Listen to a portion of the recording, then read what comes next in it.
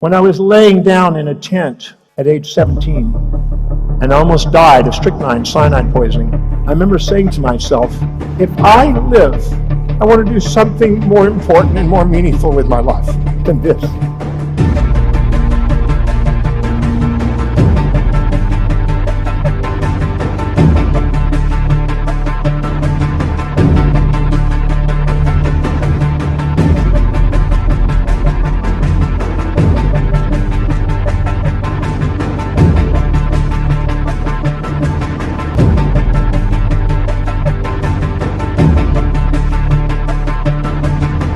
And every area of the country has its own resources that give it competitive advantage. The human being in its own body has natural competitive advantage when it's living according to its own values, its highest values. That's what we are able to compete. And nobody can compete with us. Nobody can be greater than us at being us. So all we have to do is be willing to be us, and there's no competition. So tell me what your values are, and I'll tell you where you'll end up in the scale socioeconomically, financially.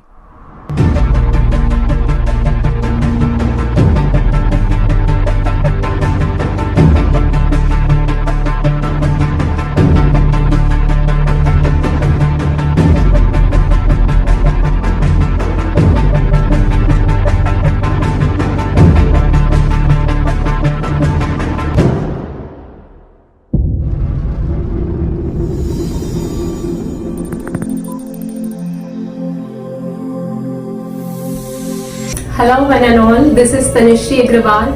With me is Dr. DeMartini.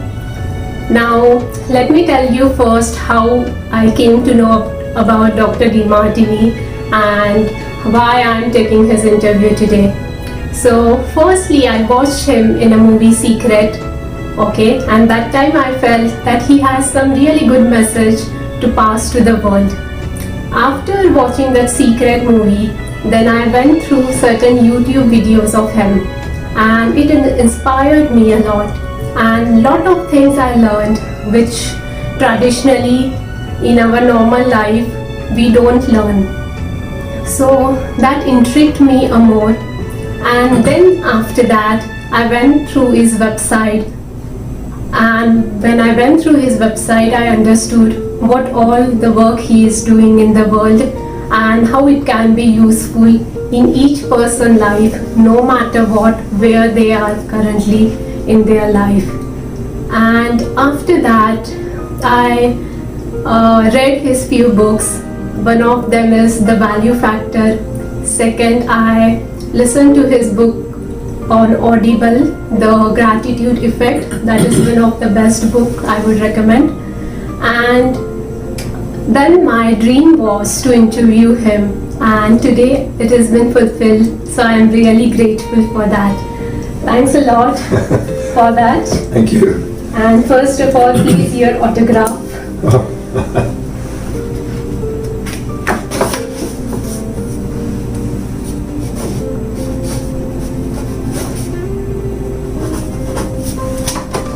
Thank you. So today I'd like to understand, and all the viewers would like to know, firstly about how to get the corporate success, and along with that how to be good leader and follower. So all the things which I would be asking would be around this. Okay? Yeah. So firstly tell me, what is your purpose of life? What is my purpose? Yeah. Well, I always say that an individual, the thing that's most deeply meaningful to them, that inspires them the most, that's most intrinsically a priority for them, is really the purpose in life. Mm-hmm. Person's pathway, you might say. Mine is teaching. Okay. I love researching, I love learning, I love sharing information and teaching, and I love traveling the world. So I've had that dream since I was 17. I'm going on 66 now, and so I've been doing it a bit. This will be the 49th year I'm starting. And I love researching, writing, traveling, and teaching. Teacher is what I would call myself. My mission is to share whatever my research shows about how to maximize human awareness and potential, and how to live a more inspired life with as many people as I can in different walks of life. Okay, that's great. But you have read thousands of books, around 29,000 books. So how can you transmit such a vast knowledge to anyone through your teaching? I didn't read when I was a child. I had learning problems. And I think when I discovered I could read at age 18, it was such a milestone and a memorable moment for my life that I very much wanted to catch up and learn everything I could. So it's now over 30,000 something books, and I just constantly love learning and absorbing information. Because I have such a love for that, and I get to teach as often as I do, I think the retention of information is not that difficult, because I have some purpose that I want to share it for, and I try to organize my knowledge and integrate the knowledge into writing formats. And I present quite often, do about 350 speeches or more a year. Okay. And I do a lot of writing. So I write for about 1,400 magazines and newspapers around the world. So that keeps it fresh, the information fresh and organized and moving forward. And that helps me retain the information, and I just love learning now. So anytime I have an opportunity to share, I try. Okay, that's great. Now, few things in regards to corporate world. So, how can one be a good leader? Well, I sometimes speak at leadership conferences, and I ask people in the audience, kind of a trick question. I said, how many of you want to be leaders? And they all put their hands up. And I walked down off the stage and into the audience, and I said, so a leader knows what they're going to lead. So what are you leading? Who are you leading? Where are you leading them to? And what's the outcome you want? And people go blank all of a sudden, many of them, because they haven't really thought it through. But a leader is somebody who is living as congruently as possible with what is most deeply meaningful, what is really most inspiring, that they spontaneously can't wait to do, that makes a difference in the world, that solves problems. And a leader who gets up in the morning and is trying to find a solution to problems and do what they can to help people receive those solutions and build a group of people to help build momentum to serve as many people as they can is the leader. So I don't know what that may be. It could be a leader in business, it could be a leader in managing of people, it could be a leader in a technology development inside a business, it could be a leader in sales. There's many places you can lead, but whatever is most congruent and most aligned with what they value most is where they're going to excel and emerge spontaneously as a leader. Okay. So giving people permission to live as authentically as they can helps wake up the emergent leader that's sitting dormant in many people. Okay. But sometimes the leader forgets the corporate vision or what the organization goal is. So what should the leader do at that time? Well, if they have to be reminded of what the mission is, then there's an incongruency. Okay. Every individual lives by a set of priorities, a set of values, which you've read in the Values Factor. Whatever's highest on the list of values and priorities, they spontaneously are inspired from within to fulfill. Okay. So if they're congruent with that, and they're setting goals that match that, they don't get distracted. They stay focused. But if they try to go down into lower values because they're comparing themselves to others and injecting other people's values and clouding the clarity of their own highest value, they automatically start the process of having less fulfillment and more easily distracted. And as a result of it, they may lose focus there. So it's key to keep prioritizing. If we don't fill our day with high priority actions that inspire us, our day fills up with low priority distractions that don't.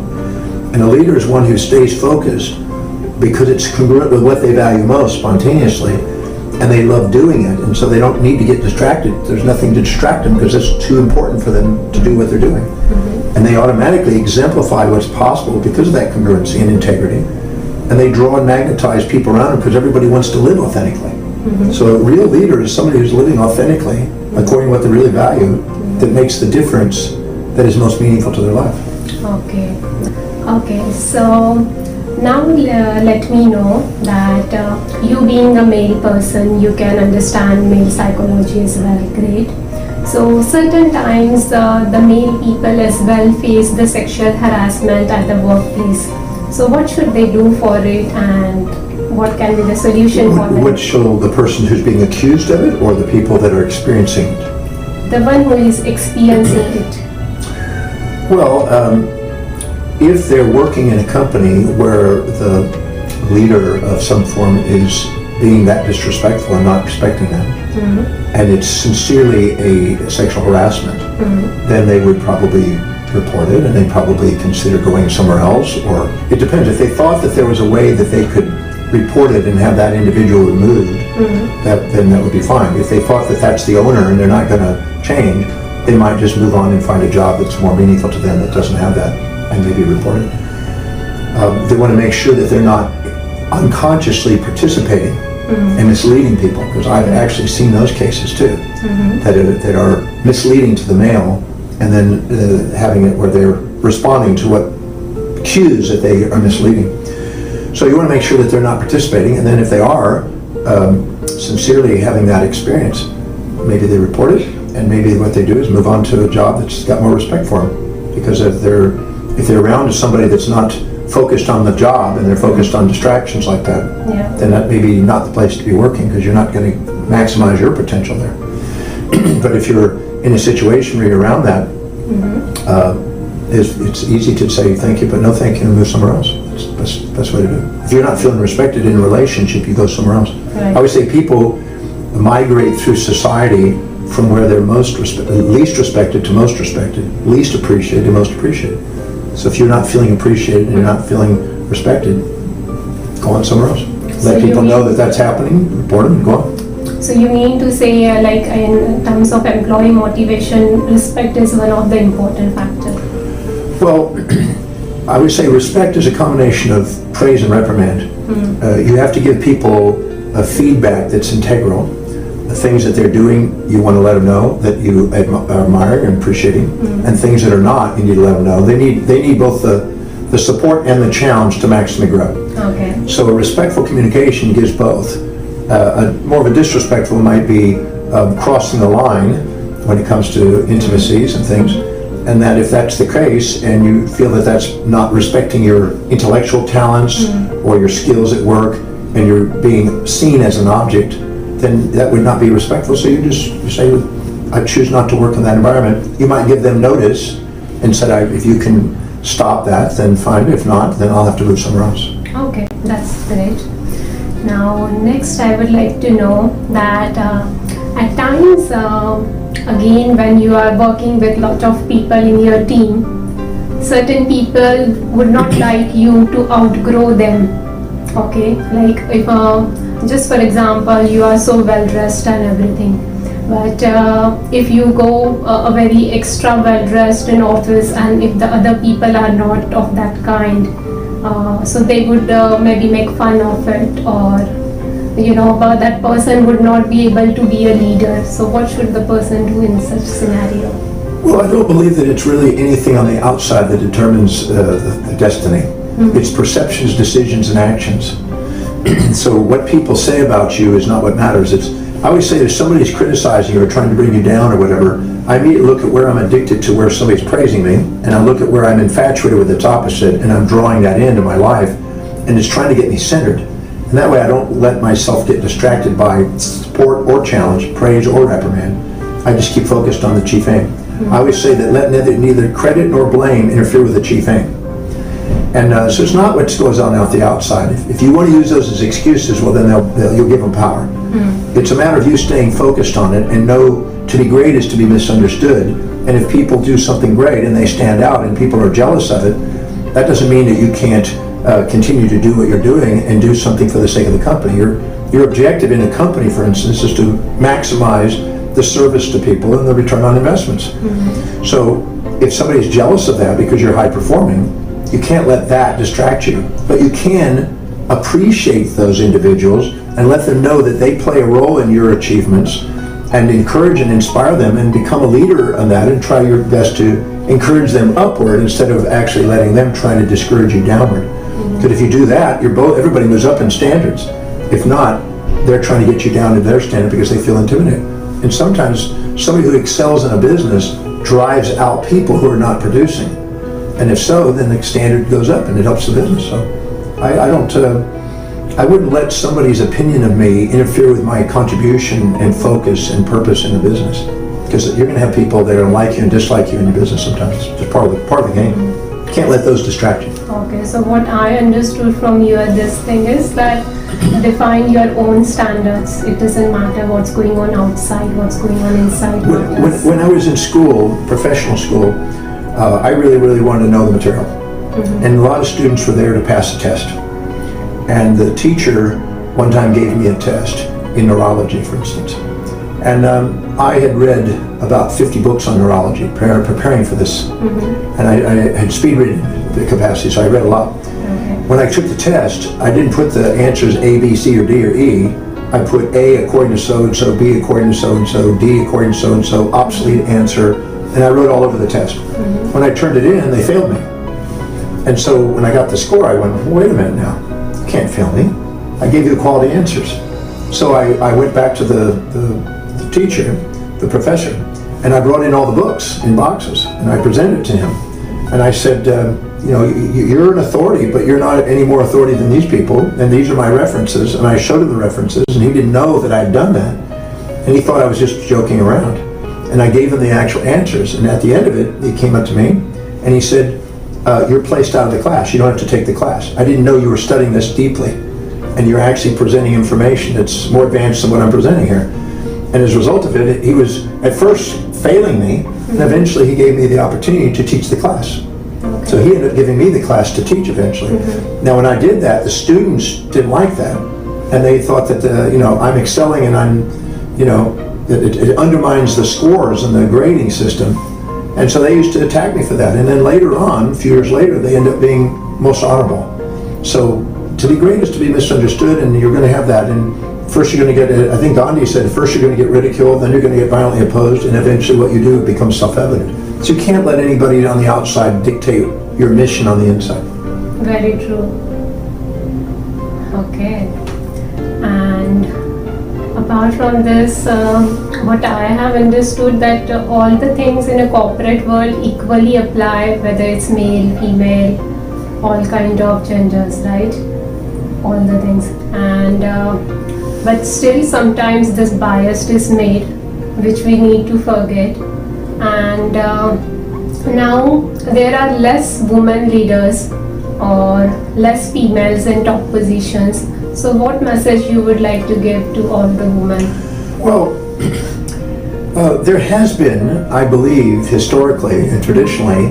percentage-wise I'm talking. Pardon me? Percentage-wise. I don't know what that percentage is. I've heard different percentages, so I don't know what the actual thing. I've heard it's about 75-25, but I don't know. I think in different regions that may be different. Depending on industries, it may be different. Yeah. Like, I have a former girlfriend who ran a nuclear power plant. She built it herself, and nobody believed a woman could do that. Right. And she proved herself at Harvard and in Oxford that she could build a nuclear power plant, borrowed $1.5 billion and built one. Wow. And it's a males that did that, not women. And she did it, and it was very empowering. So she was more powerful than any of the guys that were afraid to do that. They wanted to do it in a group. She did it by herself. It's very rare. So if there is a gender bias going on, then you have to go and do objective data and present what you're doing and show that you're presenting and creating the results, and to present to them in such a way that this is not gender-based. It's, if you have the facts and you're doing the same job, you deserve the same pay. If for some reason there's a gender bias and there's some person that's still living from the earlier 1900s or something, then you need to confront it and bring it up to date, because they're still part of that. But some women run companies like they run families, and some men run it like autocrats. And nature has a way of putting androgyny into a business to make sure there's a masculine and feminine energy balance. So if a female is running the business, if she's delivering the goods and she's doing the same thing, then she deserves the same pay. That's just I think you need to stand up for that. I think that's normal. Yeah, but if you're not, you need to be honest with yourself. You don't deserve to get paid the same if you're not producing the same results, just because you're a woman.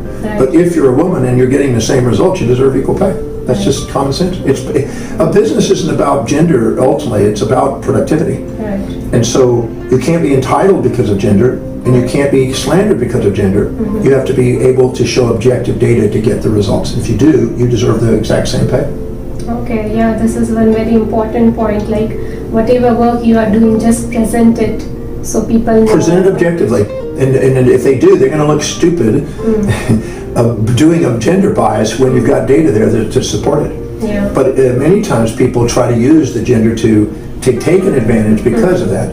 And that's not what it's about. That's about actually getting objective data. If you produce for a company, you deserve more income. That's the way it works. Yeah, If somebody comes to me and says, I can do this and this and I can produce more for the company, can I get more income from it? And I said, yeah, as long as it's not interfering with other employments. There's lots of factors, but the bottom line is it's not about gender, it's about productivity, ultimately. So it's just like in the 1800s and the early 1900s, there was a thing called racial, races, African races, black races, yellow races, this kind of thing. In anthropology, that became obsolete. They don't use race anymore because if you can procreate with somebody and have children, you're the same species. And so now, intercultural races or people are from all so-called past races are all joining together and having children. So just like they had racial issues, which is now obsolete, gender issues is becoming obsolete because men and women are becoming more androgynous in the developing countries. Very true. So now you got women running major companies and men working for them and staying home and raising kids. I just had 2 of those cases today in my program where the women are the drivers and they're the ones that are running businesses and the men are taking care of that family.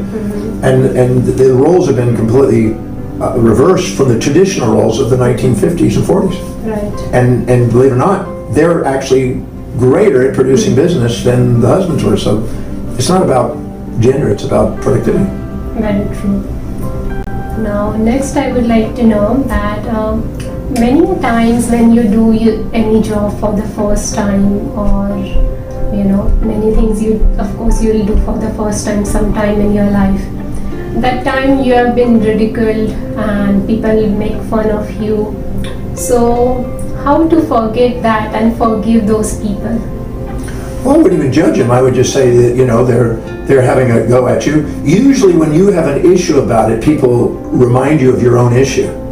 But I always tell people that if you're doing something the first time, do the greatest preparation you can and make sure that you've polished and rehearsed it so you have the greatest contribution. And if people have reaction, find out if any of that is useful, because sometimes their responses give you feedback to become greater at what you do. But if they may be jealous of you, but usually when people are doing something the first time, people are very supportive of it because they see that you're a little hesitant and maybe uncertain, and they encourage you. But if somebody's ridiculing, there may be another motive. It may not be your own presentation, it may be they're jealous. So you want to make sure you look objectively at what the motive is, why they're saying those things, and see if it's not their own jealousies, make sure it's not their own competition, make sure if it's useful, take it on, don't judge it. And if they maybe have an expectation on you to be more than it is, maybe that's good. Maybe they're helping you raise your standard. I wouldn't judge them for it and forgive them because I don't think that's productive. I'd rather just go find out how it served you. One of the greatest questions that a human being can ask is, how is whatever I'm experiencing right now helping me get what I want in life? How's it help me get my mission fulfilled? How's it help me fulfill what's most meaningful to me? If you ask that, nothing's in the way. I've had people have situations in life they think is terrible, they become victims of history instead of masters of destiny because they don't ask the question, how does this experience serve me? They just assume it's got drawbacks without benefits, and there is no such thing. There's always 2 sides to an event. So I take people, just last night consulting with somebody that had an event, they thought it was terrible and people were attacking them, and we found out how each of those 2 things served them. When they got through, they were like not even distracted by it. They're going, it's actually catalyzed me to move forward. If you find that, then nothing on the world out there is to blame. You just go and find out how it served you and move forward. Can you please give one more example of any of the event which was a person thinking that it's really wrong in the life, but it turned out to be a great serving one? Yeah, I'll give a funny one. I was teaching the Breakthrough Experience, which is my signature program that I do 1,090 times now. And there's a gentleman there that had a business partner who, they had a hedge fund, and he had his personal net worth was $750 million. And his partner was about $1 billion. And what happened is they were doing things, and the partner was doing some activities in there that this gentleman did not think was exactly the wisest and safest thing to do for clients' money. And actually was doing something that was a little on the edge and needed to be investigated. So all of a sudden this partner had a signature of his fraudulently put on a document, and he cleaned him out of $750 million. So he went in to use his credit card, his American Express. It's not his credit card, but American Express, and it was empty. And he went and he called the bank. He said, "What do you mean I'm empty? I got millions in there." He said, "No, you have nothing." He found out that he was cleaned out. $750 million worth of assets. All of his investments were cleaned out. Okay. So he comes to the breakthrough experience angry, bitter, health distraught, with this another lady. And I put him up on the front of the room and I said, "So you lost $750 million. And we wrote that down. I said, where did you gain? What was the benefit and the upsides of that? And he goes, "What do you mean gain? What do you mean benefit?" I said, "What was the benefit and where did you gain $750 million? And he thought I was strange for asking that question. And we looked at where he gained something, and he said, "Well, since that's occurred, I've gained my health back because I was driving myself and I was having heart palpitations and I was having high blood pressure, and now I'm doing exercises and I've got my health back in order, and I think I saved my life health-wise." I said, "Good, put a dollar value on that." And he goes, "Well, that's saved my life. I mean, it's helped my life. We'll put a dollar value on that." $100 million. So to him, that was worth it then. I said, "Good, what else did you gain from it?" He said, "I got out of a marriage I didn't want to be in." And I said, "So what do you mean?" He said, "Well, if I was not going to divorce her because I would have to give her $380 million to divorce her, and I didn't want to do that, so I was staying in a marriage I didn't want to do, and I resented it." I said, "Well, then this guy taking the money, what happened?" He said, "Well, my wife just left without any money. So I released myself from being in a marriage I didn't want to be." And he put that down. I said, "How much is that worth?" He said, $380 million. And he started laughing. I said, "So what's another benefit?" He said, "Well, I met this other girl in my life after that, and she knows I don't have any money, and she still loves me. And I had a lady that was more interested in the money. Now I got a world that's interested in me." I said, "Well, we'll put a dollar value on it." And the girl said, "Yeah, I want to know what that's worth." And he put that down as about $100 million. And we started asking what's the benefits he got. And then he got a big one. He said, "If I hadn't had my money taken away, the gentleman was being investigated now, and he would probably go to prison. And if I had not had my money away, I would probably be in prison for what he had done." Okay. And I'd implicated him. By taking my money, I'm not involved. And I have all the clients, and I have all the knowledge, and we can rebuild, and I can start my own hedge fund and do it with integrity. Right. And he says, "This is the greatest day of my life." When we got through, he said, "This is the greatest day of my life." And what he did is he took the same event that he was distraught by, and he turned it into the upsides. Okay. So it's never what happens to you, it's how you perceive it, and what you decide then to do with it. And he saw it in a different way, and he went over and hugged his girlfriend and thanked her, and thanked her for being in his life. And he said, "You know, in 48 minutes, those questions made me take something that I thought was a terrible event, and now it's turned into one of the greatest things that I could ever have in my life. Thank you." And it's just because you ask questions. The quality of your life is based on the quality of the questions you ask. And if you ask amazing questions that balance your mind and see both sides of things, and become fully conscious of things, things are on the way, not in the way. Great. Okay, so one of my question was that this dilemma occurs at times, that value system of self versus the organization for which you are working for. So what should a person do at such times? Well, if you're in a business that you're not inspired by, and you're not feeling engaged and fulfilled in, why? Why not go do something that you really love? Either start your own business and do something that's creative, or go find something that's more aligned. But I don't find that the company actually has a value system. I find that the people inside the company have a value system, and it usually reflects whoever the leader is in the hierarchy of the leadership. So what I do is I ask the question, how is whatever the people here are focused on, and the primary objectives of the company, and the job duties I'm doing, how is it helping me fulfill what's most meaningful to me? And I do that in companies. In Japan, we've got about 20 companies that are using that, large companies, Uniqlo Corporation, Panasonic, Yahoo, these kind of companies, Hitachi. What we've done is we've gone in there, we've taken the job description and the vision, mission, and primary objectives of the company and asked, how is it helping us fulfill what's deeply meaningful to us, what's highest in our values? And we keep asking that and linking job descriptions to it and getting people up the engagement ladder, and then they're getting engaged, they're getting inspired and getting creative, and they're willing to tackle things and endure things. They're less likely to want to get breaks and coffee and tea and sugar and shopping and distractions. They're more present. And so by asking how specifically is this environment, how's it helping me get what I want, I can get engaged in it and get fully inspired by the activity. It's not the perception, it's not what's out there, it's the perception of what's out there. And you can turn whatever that is back into an opportunity and find out how it's on the way, not in the way. I have yet to see a company I haven't turned somebody around on. It's just a matter of taking the time to do it. So either go and do what you love, it was some other company, or love what you do by finding out how it's serving your highest values. Because that's where you're going to be engaged. Okay. Second one is, I think, more easier sometimes. No, it's not.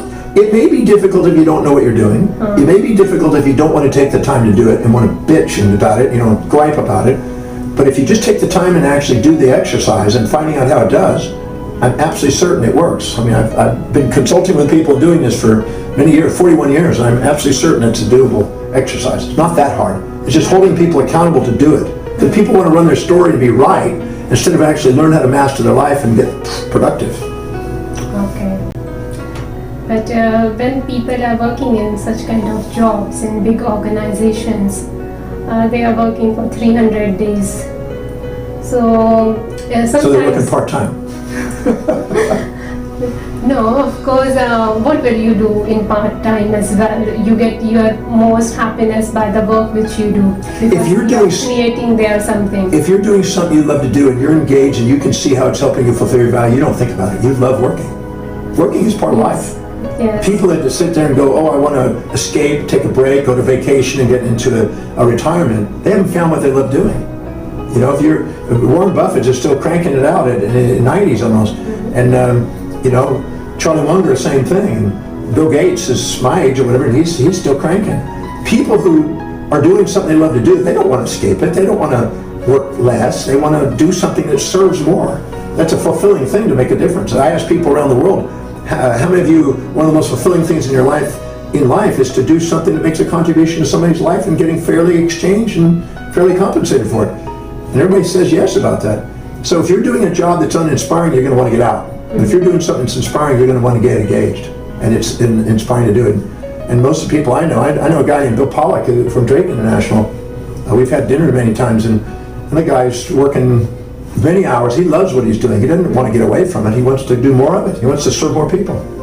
So if you're not in a job where you can't wait to get up in the morning and serve, somehow you haven't linked what you're doing to what's valuable to you, or you haven't selected wisely. Okay, that's great. Because I think a 300 days is part-time. Okay. I'm joking a bit.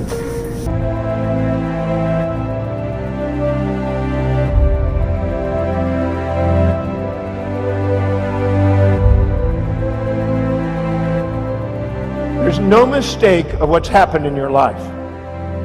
I'm absolutely certain that whatever's happened, it is on the way, not in the way. So please give yourself permission to do something extraordinary on planet Earth. I am absolutely certain that you have within you exactly what is needed to fulfill that mission.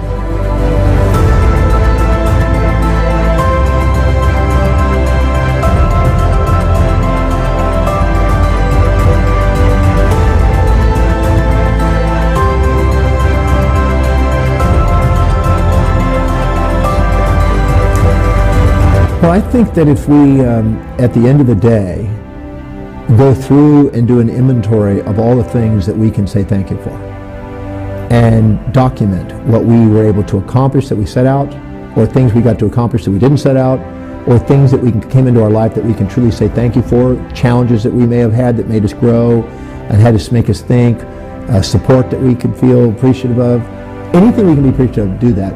And don't stop counting your blessings and thinking of that until you get a tear in the eye. I had a dream that someday when I'm his age, I'm going to find a 17-year-old young man and I'm going to pass the torch. But in the meantime, I'm going to do whatever it takes, travel whatever distance, pay whatever price to give my service of love and teach across the planet. I tapped into my mission. And I tapped into what was important to me. That's why I do what I do. When you access what's really most important to you, and you give yourself permission to be you, you don't need motivation. Less taxes if you work for yourself, you have more write-offs. And if you learn to save and invest a portion of it, and make sure you're buying quality assets that accumulate, you're going to end up paying the least taxes, have the most income, and go to work because you love to, not because you have to. Yeah, so people can make their own choices. Yeah, the more financially independent you become, the less you're doing it because you have to. You're doing it because you love to work. Right. Okay. Now, tell me how to do branding of yourself, whether you are into any kind of role, any kind of job. Well, you just got to decide what you want as the brand. What's the image you're trying to create? Mm-hmm. What's the thing you want people to remember you by? What is it that you're standing for? And consistently build momentum doing incremental activities over a period of time and stay with it. Building momentum. You know, some people don't like Donald Trump, but one thing I learned from Donald, because I used to live underneath him and interact with him and his family, he said, build momentum. Stay with something long enough for people to identify you by it, not jump around to all these different things and nobody knows what you do. And stick with it, become great at it. And do it with ever greater standards and keep becoming more knowledgeable about it until eventually they see that that brand has integrity. It's congruent with who you are. But it's just consistent, methodical, step-by-step application of the highest priority actions in the area that builds the brand. Okay. Yeah, he's a great example, being a businessman and political figure both. Yeah. He planned the brand. He's already been planning that project for a long time. That's not something new he just came into. Okay. Yeah. And I know some people don't like Donald, and I don't like all the things he does too, but that doesn't matter. You can learn some things from him, and one of them I learned is about building momentum, and I appreciate that from him. So how is momentum one employee can build in every hour of the work which he spends on job? Say it again? How can an employee or a leader build a momentum every hour of the 8 hours which he spends on the job daily? If he or she makes a list of everything that they do in activities in a day, and make a list of it, right to the right of it in a column, write down what does it produce per hour. Right next to that, write down what is the meaning on a 1 to 10 scale. So look at what's most meaningful and most productive. Then on next to that is what would it cost if I delegated to somebody? And then next to it is how much time I actually spend on it.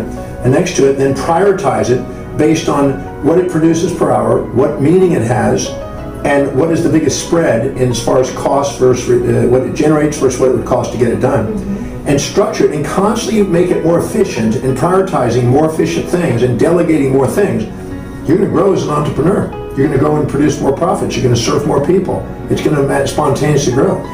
I learned that from the Time Track by Al McKinsey, and I got my business in 18 months to go tenfold increase in 18 months when I applied that simple principle into my business and stopped doing things that were lower in priority. I was majoring in minors and minoring in majors instead of getting into what really produced the most. And now I research, write, travel, teach. I don't do anything else. I've delegated everything else because I do what I'm inspired by that has most meaning, that produces the most income, that I love doing and allows me the biggest spread, and I delegate the rest away. And I get a return from that. Okay, that's great. I feel every leader should follow this. Yeah, it does make a difference. Good. Yeah, it's just six little columns, and those 6 columns, if applied and done properly, gives a clear understanding of what to delegate to who, and then of course you delegate it to people who have a high value on doing it, so you don't have to micromanage them, and get on with the highest priority things. If you fill your day with high priority actions that truly inspire you, your day doesn't fill up with low priority distractions that don't. You're more resilient, you have a greater space and time horizon, you have a higher level of self-worth and achievement, you activate your executive center where you're more inspired by a vision, more strategic in your planning, and you execute with more precision, and you're more self-governed. You automatically wake up a leader if you're congruent, and that's the highest priority thing you can do. Anybody can do in a day. If you can do that, no matter if you're working the company or owning the company, if you can do that, you're going to help that company. Yes, and I think in the Values Factor book as well, you have mentioned this. Yes. Yeah, I've been using that for about 37 years now. Okay. So which one book of yours would you suggest for all the leaders and followers? Well, I think the one you've got right here would be a perfect one for it. Okay. The Values Factor is the one that is probably most applicable. There's another one I did called How to Make One Hell of a Profit and Still Get to Heaven, and it's on the managing of mind, the mindset of money. That's also a very valuable and practical book that can help leaders. But this is the one I think has got a whole chapter on leadership in there for that specifically, and in business. Okay, and of any other authors for corporate success, which 2 books would you recommend? Well, I've read many of them, but I think that I still like Jim Collins. I love his books. I think he's got some great books. He's got some on leadership and on business and many topics. I think that he's done a great job at presenting quality information in a simple manner that is practical, that people can apply into their lives. So I love Jim Collins' work, but I've read Drucker and Deming and these different people, the classic people, and they all have something that contributed in my journey. Okay, so Good to Great, would you recommend that? Absolutely. Yeah, Good to Great's a great book. Okay. I summarized that when he first came out, and yeah, all of his books, I've yet to see a book he's come out with that hasn't been worth reading. Okay, great. And now tell me that how can one be a very good employee? Well, I think that every owner of a company wants somebody who's engaged, who's inspired by the job, who loves what they do, that treats customers with respect, and is trying to prioritize and do efficient work. I mean, it's pretty standard. So anything you can do that allows you to help fulfill the primary mission and objectives of the leader is going to be respected and rewarded. And I've yet to see many leaders, unless they really got something missing upstairs, most of them honor and respect over time people that stay with it and really do deliver a quality service. And if you do that, no matter what area of the business, you'll be recognized sooner or later. And if not, then you need to go on to another company that's got somebody that's got their head on straight. Because a person that does quality service to people deserves to be acknowledged and rewarded. Okay, that's great. But one observation. And by the way, having them keep asking, what else can I do? What else can I do? What else can I do? How can I take on more accountability and responsibility? How can I make your life easier? What else can I do? It's just going to open the doorway for more and more influence in the company. And I've seen, I had a lady that was working in a doctor's office many years ago, and the doctor was doing a presentation that was educating patients and getting new patients. And she thought, I can do a better job than that. So she asked if she could present it. When she did, she generated more patients and got a bit more income to the company. Then she said, I think I can do this more effectively too, and kept taking over more of his roles. And he took, he delegated it to her. And eventually she decided, instead of working for a company, I'll start my own. So she hired doctors to work for her, and she opened up a bunch of clinics and trained people on how to do that, and trained doctors how to do that, and became wealthier than the doctor that she once worked for. And she did it. She didn't have any degree, but she got doctors with their licenses to do it. She ran a healthcare system, a franchise system of healthcare, because she wanted to serve more people than the doctor she was working for. Yeah, the time will decide all that things. Yeah, your real true colors and your real true value systems eventually surface. Okay, that's great. Now, one thing is that what I have observed is there are really very good leaders in the market or on this planet, and there are really very good employees, talented, having good potential.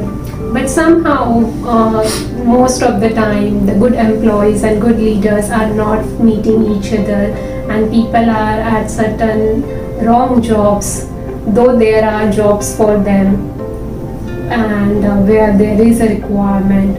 So how this gap in the market can be bridged? Well, I think Drucker said it nicely. He said it's all about back to management. If the management, I've developed a screening mechanism to find out what people's values are and to find out whether the job description is going to be engaging to that individual. And if it doesn't, if it's not engaging, I'm not going to hire him. Because it's just going to be, sooner or later, you're going to get to a point where you have to be pushing them uphill and micromanaging them and frustrating yourself. So I want to screen them right from the beginning to make sure that they can see how this job description is going to fulfill what's meaningful for them. Because nobody goes to work for the sake of a company. They go to work to fulfill what they value most. If they can see how what they're doing is going to help them fulfill their values, and they can see how the mission of the company is going to help them fulfill their values, they're going to be great employees. And I'm not so convinced about labeling people as good employees or not. I think if you put the square peg in a round hole, you got a person that's not engaged and inspired. But you put them in another one that they're engaged in, those people really can thrive. I've seen people reallocate job descriptions and all of a sudden make a powerful employee out of somebody because they're now doing something that they're really engaged in, inspired by. So it's management's understanding of the selection process, the allocation process, and how they manage that individual. They can make great people. You can train people and make great people out of it. But you do have to screen people and make sure that there's some sort of a cohesiveness and congruency between what they really would love to do and that job description. And don't waste your time just hiring people out of desperation and putting somebody that's not there, because then you're going to disincentivize them, you're going to have micromanaging, you're going to have overhead costs, and you're going to undermine your business. Very true. Every person has something unique which the company can... Yeah, don't label people as good or bad employees. Look at yourself and the way you hired them and where you put them, and then look at, because if they find what they really love doing, I mean, I've actually had people, I've gone into consulting with companies and said, this person's disengaged, they got a low engagement level. What we're going to do is we're going to actually let them go, but we're going to find out what they love to do and see if we can't get them to that position in that job somewhere. And then they appreciate it. I did that for oil companies in Houston when they were downturning and letting people off. We had thousands of people laid off. And I was actually involved in trying to determine what they really valued and to gear them towards where they wanted to go. And they were grateful. And it saved the outplacement costs, and it saved the bitterness from being laid off. And it was really helpful to people. But helping people find out what they love to do and making sure there's a fit is a caring gesture in a company. And a company needs to care about the people, and the people need to make sure they don't hire or get in a job they're not inspired by. It's not fair to the company. Okay. So you mean to say that in a big company where multiple roles are there, even changing departments and just changing within the company, there sometimes that's all it takes. Sometimes you can find out where the engagement is, where the disengagement, and reallocate things to different people, and all of a sudden you got a very productive team again.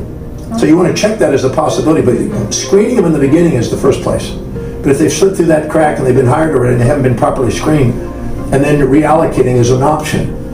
Otherwise, if they are completely disengaged, time to say, as a love and respect for that individual, not a label, find a place where they fit, because that individual may shine in that area. Very true. It's better for individual and company both. Care about them. Care about the people. I've laid people off before, and because of my hiring process in the past, and I've gone over to them and I said, I really recommend that you put yourself here, because this is where you're going to excel. And they did. I had a guy that was a salesperson that came trying to sell me something one time, and I said, stop the sale.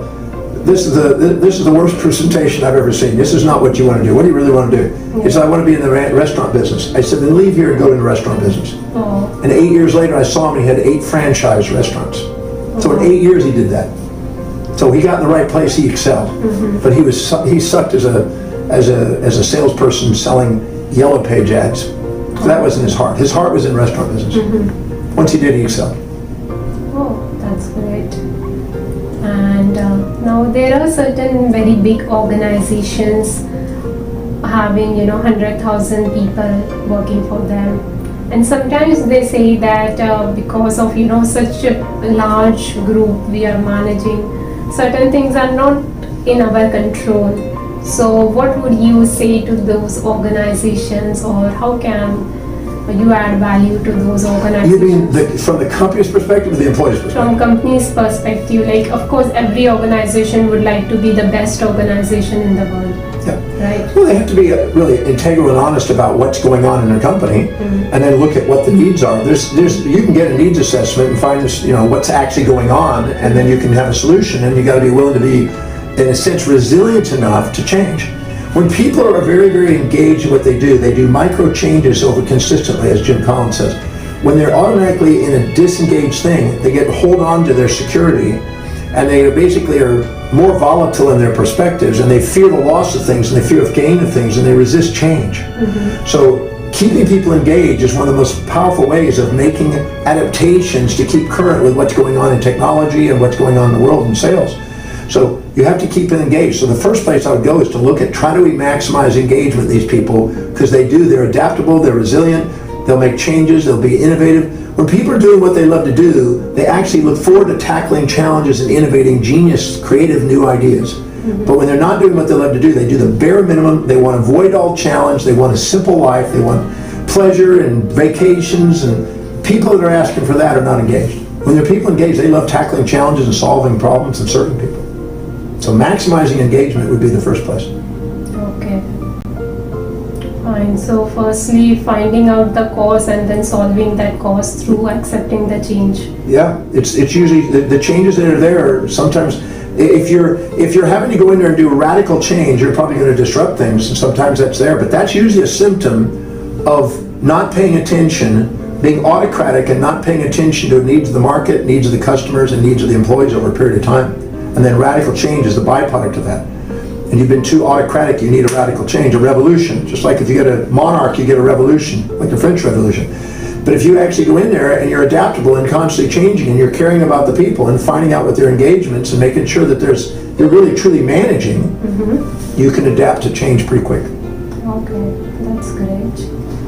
And there are lots of policies, procedures, and all the things in the organization which are, laid down in SOPs, standard operating procedures. But at times it doesn't get you the results, all that processes. So what would you say on that? Well, you have to look at results. You got to be results oriented. Sometimes you get so caught up in the process and policies that it's outdated. It's not current. You need to make sure that those are up to date. Keeping those up to date is not easy to HR because it's changing. Things are changing rapidly. Technology is changing. Things are having to change. So if those are outdated, they're holding you back. And somebody's got to have the courage to speak up about it and be willing to do something different and change the policies and update the policies. So sometimes that's the case. Sometimes if a policy is not working, you just got to acknowledge it and get your head out of your butt and get into doing something that needs to be done for the company. And people that go against the policy, if somebody's rigid about the policy, if they can show objectively what they did serves, they should stand their ground and introduce a new policy. If they find out that the policy is actually stable, they need to humble themselves and learn and follow the policy. You just got to be really honest about the situation. Okay. So again, be ready to change, not just follow what's been laid down in the books. Well, sometimes what's laid down in the books is exactly what's needed. Sometimes it's outdated. So you just have to be honest about what the result is. The results are what you're looking for. You're wanting to serve the customer. You're trying to make sure the employees are fulfilled and inspired so they're most productive. And you need to make sure there's a bottom line for all the people involved. So you have to find a balance between altruistic contribution to people and fair, equitable exchange that's sustainable and your net return. And finding that balance, sometimes we go too far this way and we get humbled and have revolutions. Sometimes we go too far this way and we have to trim the fat. But if we learn how to stabilize ourselves and get balanced and embrace the androgyny of the male and female energies that are needed in a company, you're more stable. Okay, that's a great point.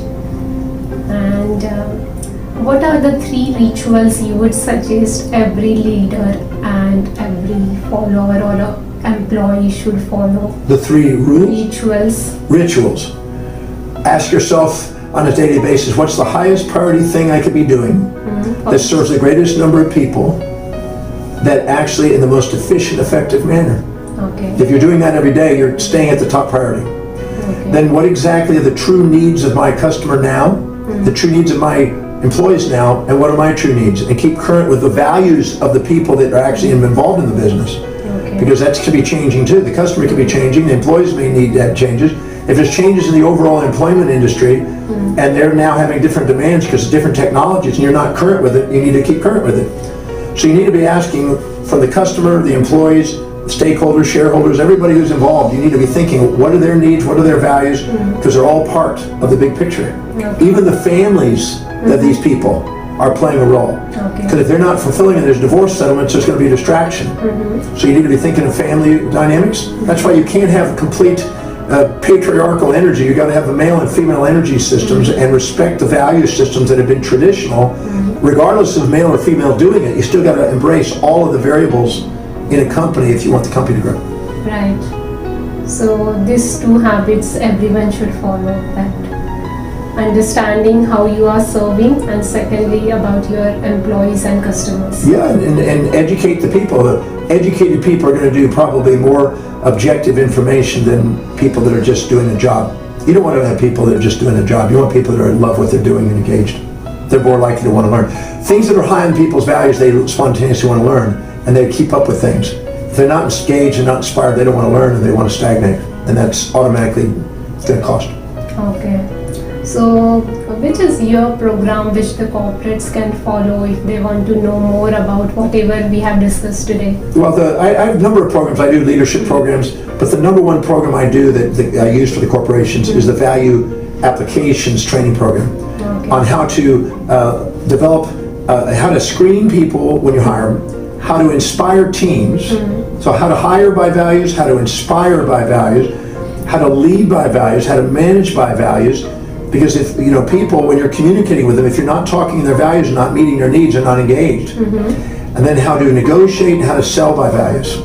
And so I cover that in a training program for people who are leaders, who are people who are managers, or people that are in sales, all those capacities. And it is absolutely amazing watching it, because there's a lot of labels put on people that are unnecessary.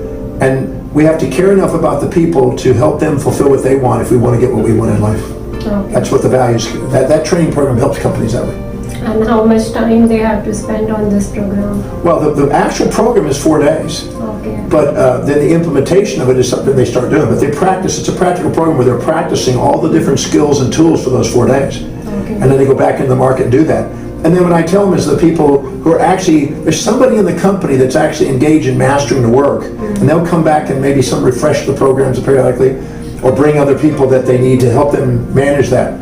But that is a major thing, and I try to start at the very top.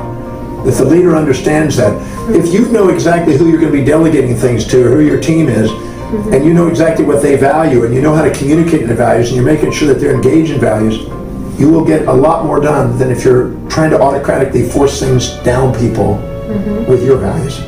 It's like in a marriage system. If you talk down to somebody and they're not feeling love for who they are, they're going to go somewhere else. So if you want to not have a high turnover rate, you want to have a consistent team that's building momentum, they need to fulfill their values in the process of doing it. And I don't think that leaders sometimes remember or understand that basic principle. They think they're right and sometimes get autocratic and then have revolutionary responses instead of actually evolutionary responses by caring enough to help other people get what they want. So I train people on that, and it's very powerful. So you train people not to make other people fearful of you, but instead of inspired by what you want them to do. If I go up to my wife and I say, hey babe, I'm going to be gone for a month, I'm doing a tour, see you later, give you a high five, I'll be castrated in the future. She's not going to respect that. But if I go in there and I say, hey, I'm going on a tour, I'll make another $500,000 for the next 30 days, and I'm going to meet you in Venice, would you like to meet me in Venice and let's have a romantic rendezvous? She's going to say, thank you for working hard.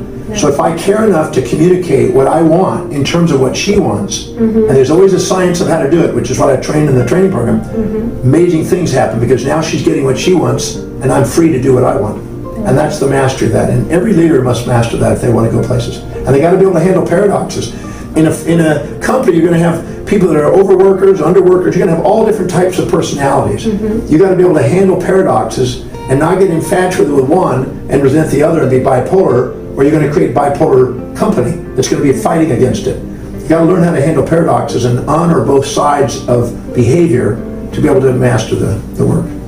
Okay, that's really great. So this like the 4-day program, a leader or an employee both can do it, right? We have it, but it's not so much the person in the factory working kind of position, but it's usually management and up. Sales or managers or up is where most of the people come from. Okay. The others can benefit by it, but not all of it because they're not involved in some of the components of it. But the leaders and the managers and any of the salespeople, those are the people that most commonly go to the programs. So till now, to how many corporates you have provided this training program? Oh, this program is more recent. I've done other programs. I've been working with companies, probably 3,000 companies. Wow. Yeah. So all over the world. I've been blessed to be in 154, soon 155 countries. Okay, that's great. Yeah. Fine. So what would be the last message you would like to give to all the people who are watching you? By the way, thank you for all the great questions. Whether you're an entrepreneur starting a company and have a big vision, or whether you have already a big company, just know that every single day you get up, if you're not inspired and can't wait to get up and be of service to people, somehow you're not engaged, and you can't expect them to be inspired and want to get that service. So it's a reflection of yourself. I've seen companies where I've consulted where the CEO is retiring and they're fading out and they're not engaged and the whole company is showing it.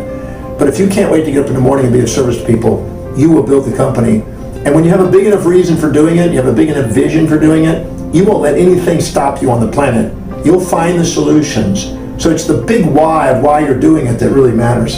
you got a big enough reason for doing something, you will find out how to get that outcome.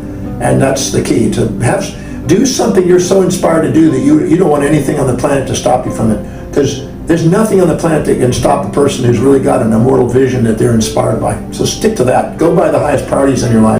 Prioritize your life and delegate the rest of it so you stay inspired by the thing that's really the vision that you want to bring.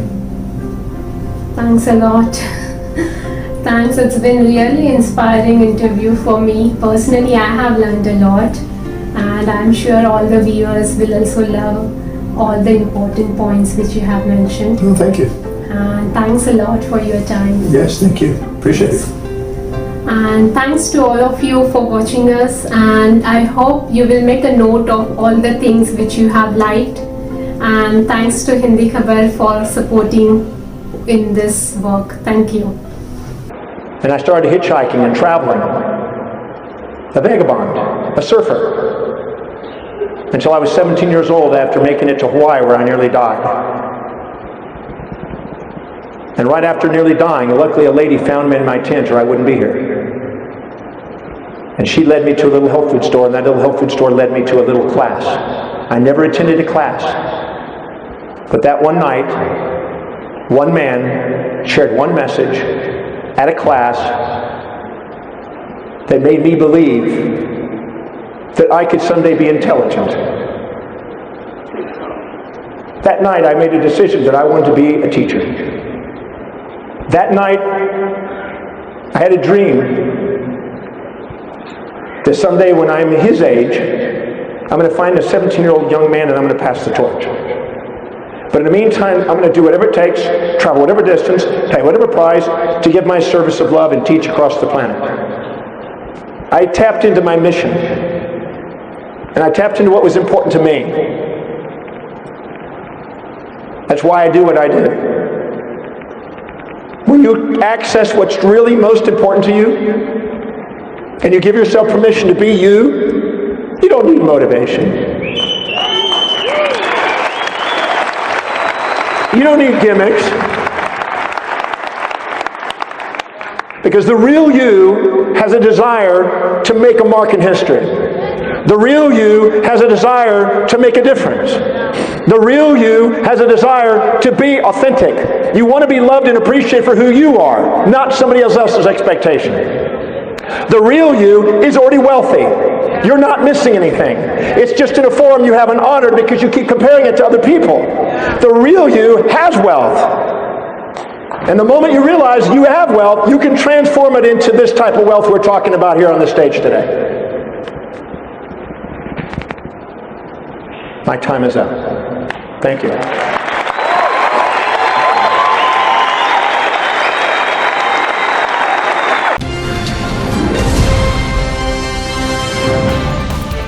घंटी का button दबाइए और हिंदी खबर से जुड़ जाइए।